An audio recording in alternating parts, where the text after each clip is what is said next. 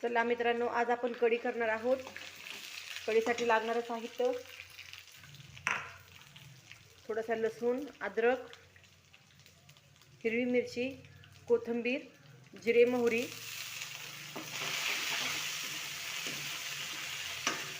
फोडणीसाठी 2 पळ्या तेल। आता आपण तेल टाकलेलं आहे, त्यात जिरे, मोहरी, लसूण, हिरवी मिरचीची पेस्ट, अद्रकची आणि नंतर कोथिंबीर।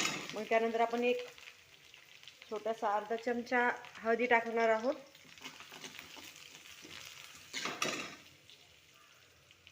हळदी टाकल्यानंतर आपण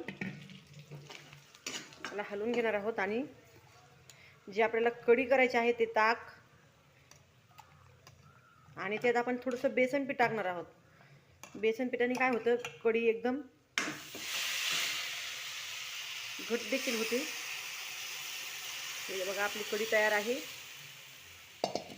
हे बघा, आपली कढी दिसायला किती सुंदर झालेली आहे।